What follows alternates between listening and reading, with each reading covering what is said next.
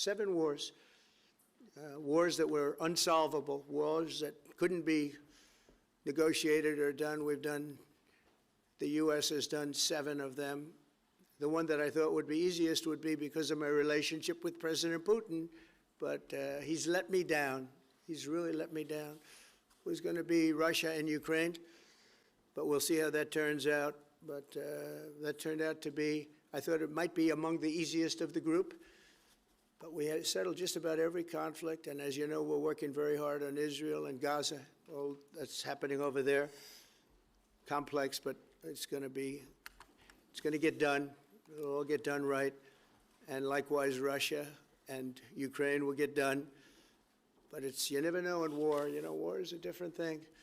Things happen that are very opposite of what you thought. You thought you were going to have an easy time or a hard time, and it turns out to be the reverse. As we saw in the unforgettable parade yesterday at Windsor Castle, what a place it is. The British Armed Forces carry on one of the finest military traditions in the world, one of the greatest marching bands, one of the most magnificent sights I've seen. I know that our service members look forward, and we do look so forward to working even more closely with yours as you push toward that 5% goal. And I think, Mr. Prime Minister, you're just about there. You're going to be there very quickly, along with a lot of other great countries. I want to thank NATO and our wonderful head of NATO, who's really worked very hard, Mark, for the job they've done. As you know, NATO was at 2% GDP, and they didn't pay it. Now they're at 5%, then they pay it.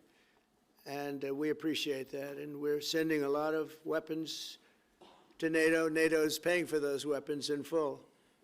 But we're sending them, and we're doing a great job at getting them what they need. And we appreciate the fact that they're taking care of it, because the United States is into that war for $350 billion.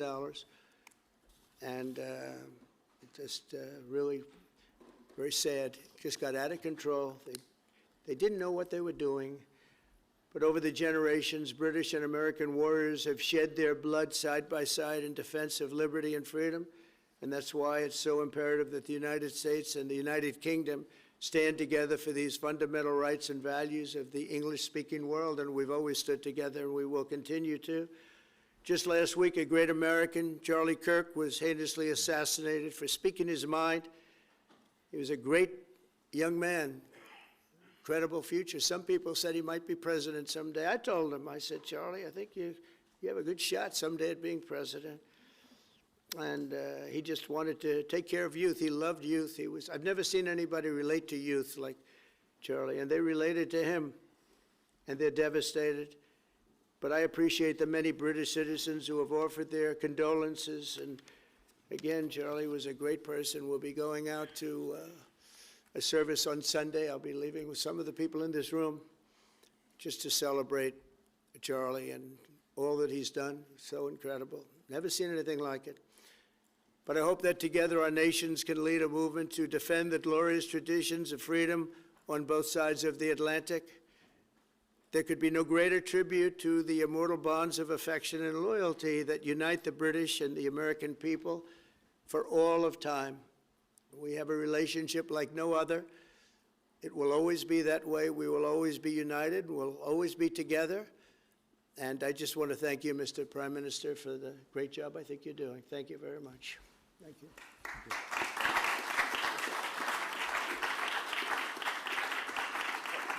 Thank you very much, Mr. President. We're going to take some questions. I'll pull 2 or 3 to start with, and then I'll pass over to the President. I've got Chris Mason from the BBC first. Chris. Thank you both. Chris Mason, BBC News. Mr. President, the UK is expected to recognise a Palestinian state in the coming days as the killing in Gaza continues. It often seems that you're the only person that Israel will listen to. What more can you say to them to tell them to stop? And why is the UK's position on a Palestinian state, in your view, wrong? And Prime Minister, what will the recognition of a Palestinian state actually achieve? Is it not just gesture politics to appease people in your own party? Thank you both. Well, Chris, let me just start with that, because we discussed this amongst other things. We had the best part of an hour, I think, upstairs earlier today, just one-to-one, going through a number of affairs, world affairs. in private. And we absolutely agree on the need for peace and a roadmap, because the situation in Gaza is intolerable. The hostages have been held for a very, very long time, and they must be freed. And we need aid to get into Gaza at speed. And so it's within that context of a plan for peace, which we're working hard on, which not only did we discuss this morning, but our two teams have been working together on, that the question of recognition needs to be seen. And so it's part of that overall package which hopefully takes us from the appalling situation we're in now to the outcome of a safe and secure Israel, which we do not have, and a viable Palestinian state. Thank you. Well, simply, I want the hostages released now, right now, not 1, 2, we'll give you 3 more tomorrow, and, you know, like it's been, but we're the ones that got all the hostages released. We got many, many came to the Oval Office, and I've heard stories like I've never thought even possible.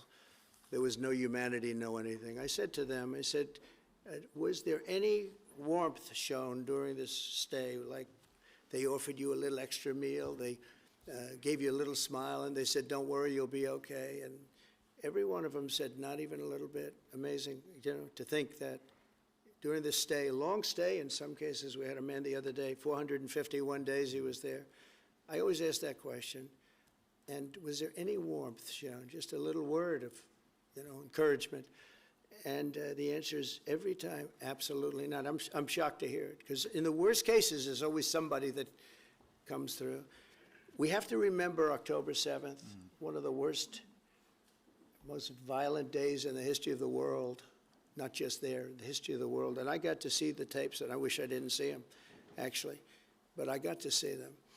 And I want an end. I want the hostages released, and I think it's going to be okay, but it has been a brutal period of time. But this has been going on for a long time. This is not something that's over the last year, 2 years, but this has been for decades and decades.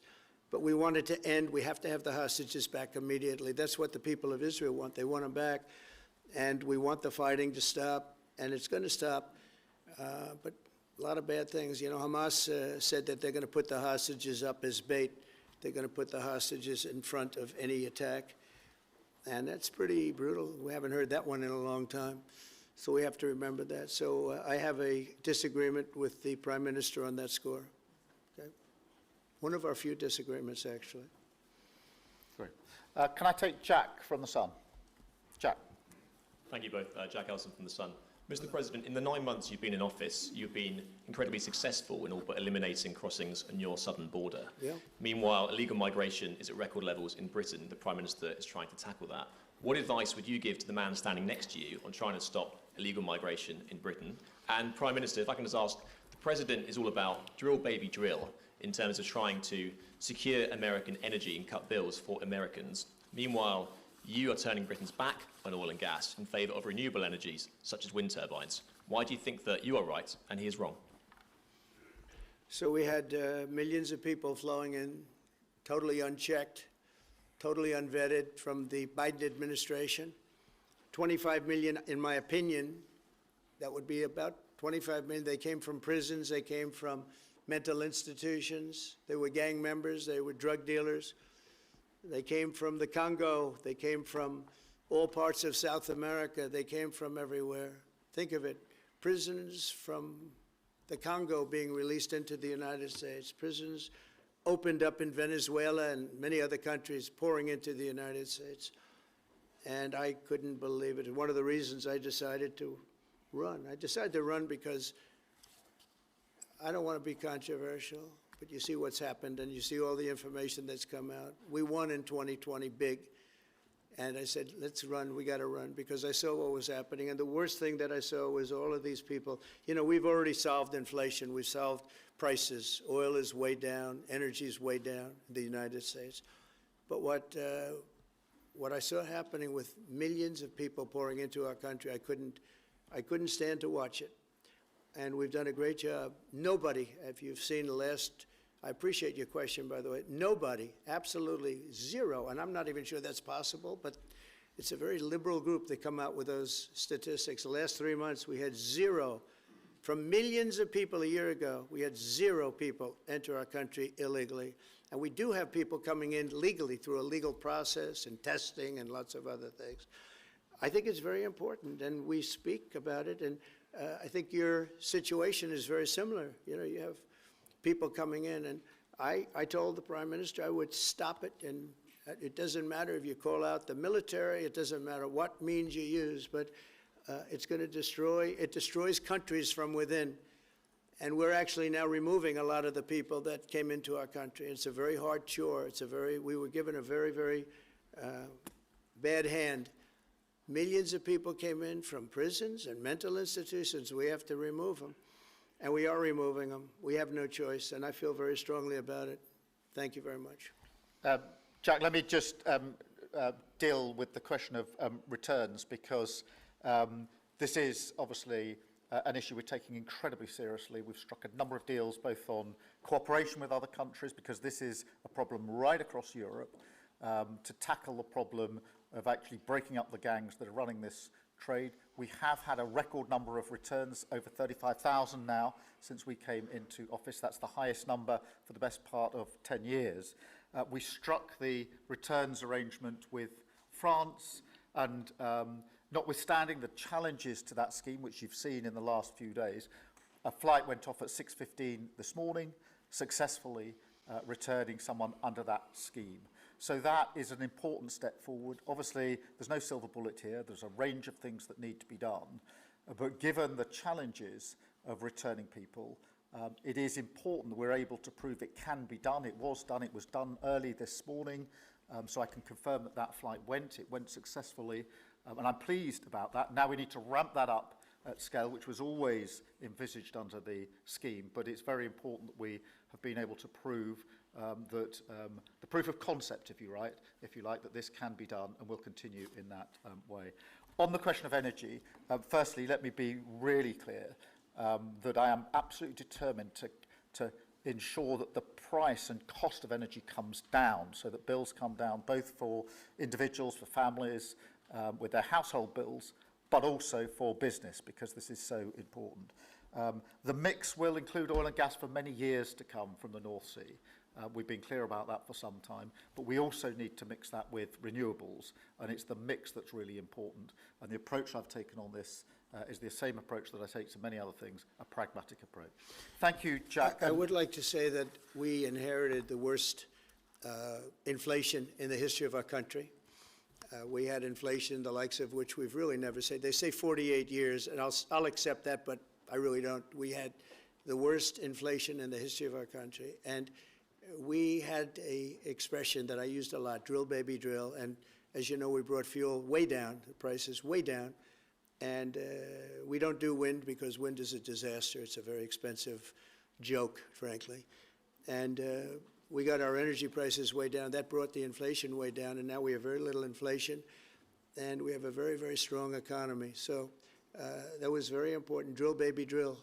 And you have a great asset here, and we spoke about it. It's called the North Sea. The North Sea oil is phenomenal, and I hope, because I love this country, you know. My mother was born in Scotland, and the Hebrides, Stornoway, that's serious Scotland. We were talking about it. And I want this country to do well. And you have great assets that you're going to start using, I believe, under this Prime Minister. Thank you. And I've got Matthew from The Economist. Matthew. Thank you, Prime Minister.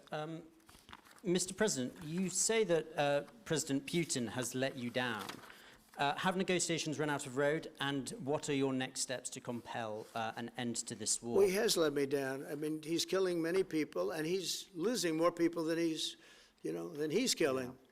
I mean, frankly, the Russian soldiers are being killed at a higher rate than the Ukrainian soldiers. But, yeah, he said, let me down. I don't like to see. It's death. You know, it doesn't affect the United States. We have, other than unless you end up in a world war over this thing, you could. This was a thing that would have never happened had I been president. If I were president, it would have never happened. And it didn't happen for 4 years. Most people agree it didn't happen, nor was it close to happening. And I spoke to President Putin about Ukraine. It was the apple of his eye. I've said that many times. It was. But he would have never done what he did except that he didn't respect the leadership of the United States. They just went through the Afghanistan total disaster for no reason whatsoever. We're going to leave Afghanistan, but we're going to leave it with strength and dignity. And we're going to keep Bagram, the big air base, one of the biggest air bases